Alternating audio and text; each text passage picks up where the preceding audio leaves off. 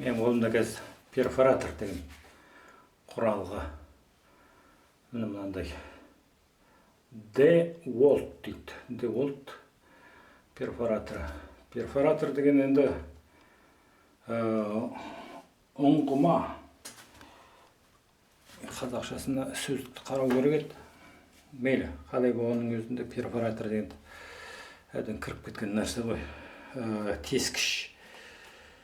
Тескіш. Бұл тескіш. Тесетті. Егер біз бұл бұлай бұрап, бір жағын бұрап бір жағынан, екінші жағынан ұрғылайды. Сол кезде бұның екі сондай бір режимі бар. Сондықтан тіпті үш режим бар деп айтуға болады. Өйткені мына жерде қарасақ. Біріншісі жаңағы балға, содан кейін мынау бұранда. Сөйтіп балғамен ұрып, бір жағын сөйтіп теседі. Екіншісі тек қана бұрайды. Былай. Сөйтіп теседі. Ал мынау тек қана балға ретінде. Қазір мен мынандай крөк сияқты.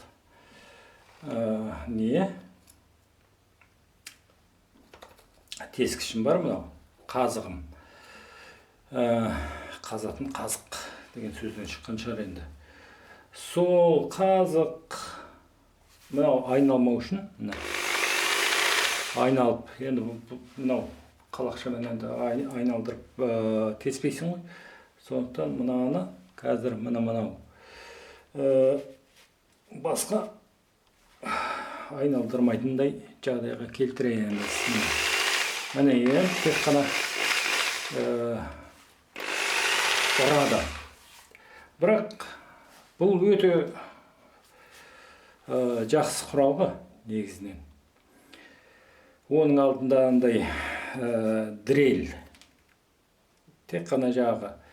Ұрғышы бар дрель дегенді алғам. Ол мұнаң жанында перфоратордың жанында пішту. Пішту болған кезде мысалға кәдімгідей бетон жоғарғы қабат екеуінің арасында мына не салған мен плита кәдімгі бетоннан жасалған, темір бетоннан. Бұны тесіп жағы мынау көрсетіш не мынандау шам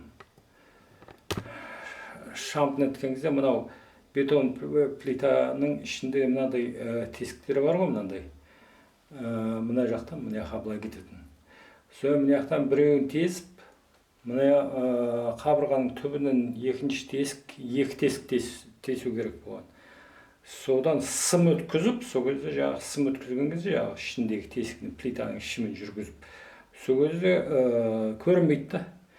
Сымың. Сол көрінбеу үшін. Сол кезде жағы мынау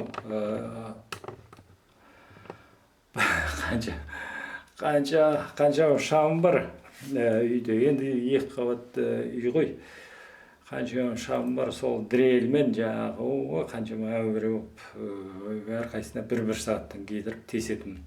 Мынау болса соны бір жарты минутта тіпті 15-20 секундтың ішінде тесіп шығады. Сондықтан мынау перфоратор.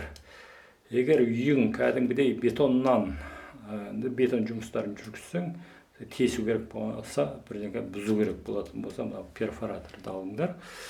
Дәл осы DeWalt деп айтпаймын, оның алдында менде басқа бір білмеймін, есімде жоқ. Орысша бірдеңкетін промастер ма бірдеңке аты. Сол етін. Ол да әжептәуір перфоратордың аты перфоратор. Сол кейін мынаны алдым. Сондықтан кішкене перфоратор туралы әңгімем жүргіздім. Мен кішкене мынау екінші қабатта осындай бір жуынатын бөлмеде бір тағы да бір қабырға салып, ішінен жаңағы мынау не сауна салмақшымын да. Сауна. Сол сауна тек қана жаңағы мынау қыздыратын нелерім бар, қыздырғыштарым. Соларды қоямын мына жерге, инфра қызыл қыздырғыштар. Соны өшірге, мынау қолым көрінбейді екен ғой. Соны өшірді ішінен салам, ішін ағашпен қаптаймын. Бірақ мынау несін төбесін жабуым керек та, төбесін. Міне мынау. Осы қабырғаның үстіме былай осы деңгейде төбесін бетондап жабу керек. Сондықтан мына қабырғадан мына жақта сызықтарым бар. Мына сызықтар бойынша жаңағы бір темірден былай бұрыш салам. Бірақ бұрыш тек мынау шегелерге ұстап тұрмау үшін кішкене мына үңгіп, мынау бойымен сол бұрышты мына қабырғаның ішіне кіргізіп, сөйтіп барып ұстап бақшым. Содан соған әрі қарай басқа төбесін жабатын темірлер салып, төбесін сөйтіп бетондап жаппақшымын. Сондықтан қазір бірер секунд көрсетейін қалай істейтін. Ал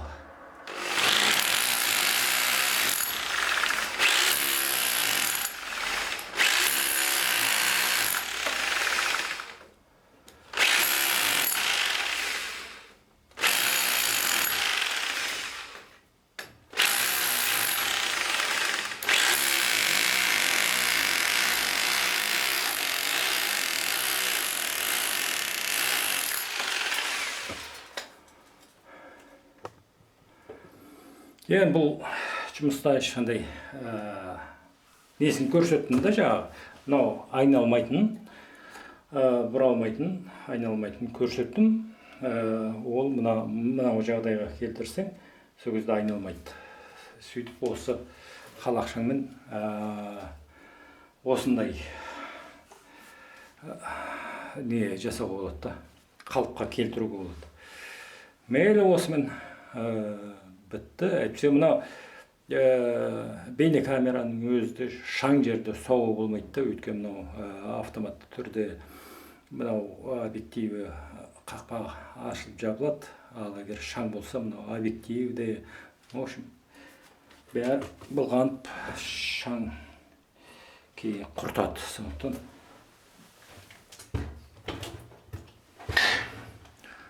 осымен тәмам.